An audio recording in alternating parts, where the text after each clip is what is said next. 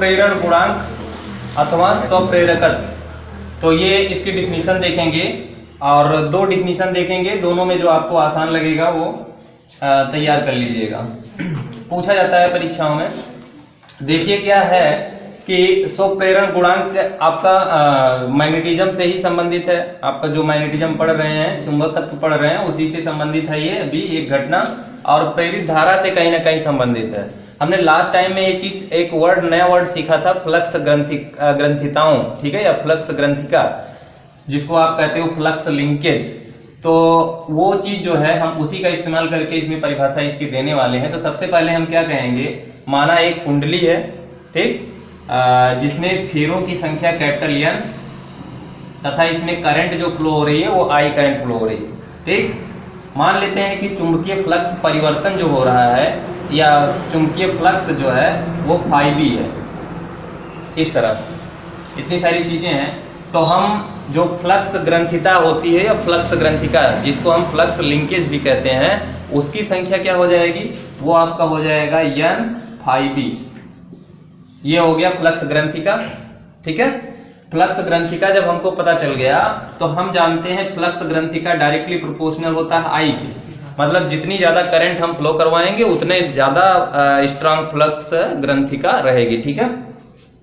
तो अब चूंकि ये प्रोपोर्शनलिटी का कांस्टेंट है, ठीक है, प्रोपोर्शनलिटी है, तो इसको हम हटाएंगे, तो इसको हटा करके इक्वलिटी लगाएंगे, क्योंकि इसमें किसी प्रकार का कोई कैलकुलेशन होता नहीं है। तो इसलिए हम करेंगे क्या, इसको हटा करके इसकी जगह पे इक्वलिटी लगाएंगे, और ऐसा करने के लिए हमको जो है एक कांस्टेंट ऐड करना पड़ेगा। तो ये हो जाएगा N φB equal to LI, कुछ इस तरह से हो जाएगा। यहाँ जो L है एक नियतांक है, L एक नियतांक है,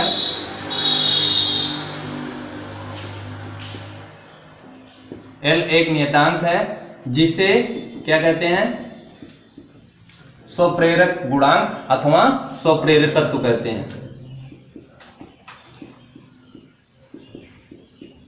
तो यहां से हम इसकी वैल्यू भी फाइंड आउट कर सकते हैं, ठीक है, जिसे स्वप्रेरक गुणांक कहते हैं। अब यहां से अगर हम L निकालें तो हमें मिल जाएगा N φB अपान I मिल जाएगा। ध्यान से समझिए, L equal to N φB upon I मिल जाएगा। अब अगर एक नई परिभाषा हम यहां से देना चाहें तो दे सकते हैं। हम कहेंगे कि यदि I इक्वल टू 1, ठीक है, 1 एम्पियर हो, ठीक है, अब फिर तो उस स्थिति में हमें L बराबर मिल जाएगा N φB। अब यहां से हम परिभाषा निकालेंगे इसकी। हम कहेंगे किसी कुंडली में यदि 1 एम्पियर की धारा प्रवाहित हो रही है तो उस कुंडली से बद्ध कुल फ्लक्स ग्रंथिकाओं की संख्या ही क्या कहलाती है, स्वप्रेरकत्व गुणांक, स्वप्रेरक गुणांक अथवा स्वप्रेरकत्व होती है। बात समझ रहे हो ना। तो यहां से एक परिभाषा निकाल सकते हो। दूसरी चीज आप और क्या कर सकते हो, देखो फैराडे के नियम का इस्तेमाल करते हैं।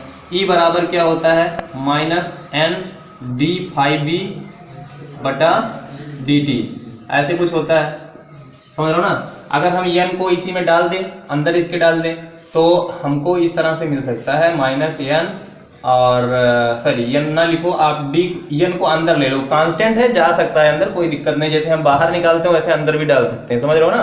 तो इसलिए यहाँ पर हो जाएगा dN φB बटा dt, इस तरह से लिख सकते हैं।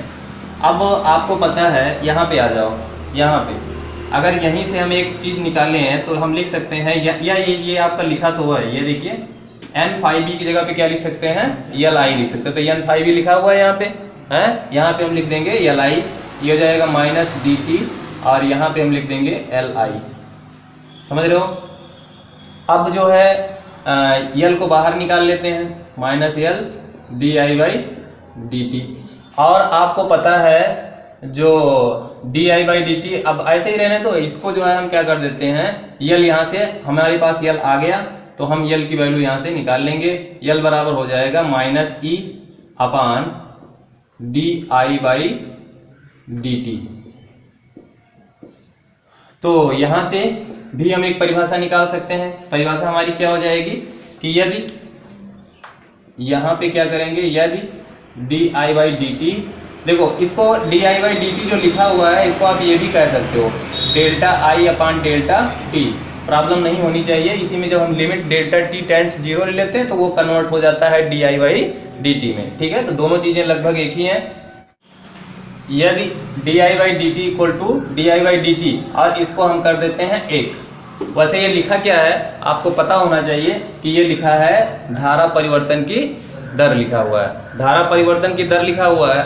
और ये अगर धारा परिवर्तन की दर लिखा हुआ है तो हम अब परिभाषा क्या बनाएंगे, अगर हम D I by D T बराबर इतना कर दिए तो हमें मिल जाएगा यहाँ से क्या मिल जाएगा, L is equal to 1 minus E by 1 मिल जाएगा, या L बराबर हम माइनस ई कह सकते हैं। ठीक है ना, लेकिन यहाँ पर हम केवल परिमाण से मतलब रख रखते हैं। माइनस ई क्या है, माइनस बस वही जो मैं बार बार बोलता हूँ कि उस कारण का विरोध करता है जिससे वो उत्पन्न होता है। ठीक है, तो हम चूंकि परिमाण की यहाँ बात कर रहे हैं, परिमाण से ही परिभाषा को निकाल रहे हैं, तो इसलिए हम यहाँ पर क्या करेंगे, L बराबर ई ले लेंगे।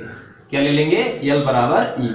अब यहाँ से हम परिभाषा कहेंगे कि यदि ये है क्या है आपका, किसी कुंडली का स्वप्रेरक गुणांक अथवा स्वप्रेरकत्व जो है उस कुंडली के में प्रेरित विद्युत वाहक बल के बराबर होता है। क्या कहेंगे, किसी कुंडली का स्वप्रेरक गुणांक अथवा स्वप्रेरकत्व उस कुंडली के में प्रेरित विद्युत वाहक बल के बराबर होता है, जबकि उस कुंडली में धारा परिवर्तन की दर एकांक हो। क्या कहेंगे, देखो कितना बढ़िया से परिभाषा आप इसकी निकाल सकते हो कि यदि आपका डी आई का हो चाहे डेल्टा आई, किताबों में हो सकता है, कई किताबों में अलग अलग रहता है, तो कुछ किताबों में इस तरह से भी लिखा है delta I by delta T, तो उससे आपको प्रॉब्लम नहीं होनी चाहिए।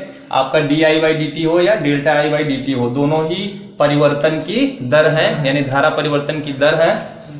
तो धारा परिवर्तन की दर बराबर यदि 1 हो जाए तो L बराबर हमको माइनस ई मिल जाएगा, और L बराबर माइनस ई, तो परिमाण के विषय में अगर हम बात करें तो L बराबर ई हो जाएगा, क्योंकि माइनस चिन्ह उसको दिखाता है कि प्रेरित धारा की दिशा सदैव विपरीत होती है। ठीक, तो यहाँ से जब L बराबर ई हो जाएगा तो आप परिभाषा क्या निकालोगे, कहोगे किसी कुंडली का जो स्वप्रेरक गुणांक अथवा स्वप्रेरकत्व होता है वो उस कुंडली में प्रेरित विद्युत वाहक बल के बराबर होता है, जबकि कुंडली की धारा परिवर्तन की दर जो है एकांक है। तो इस तरह से इसको परिभाषित आप कर सकते हैं।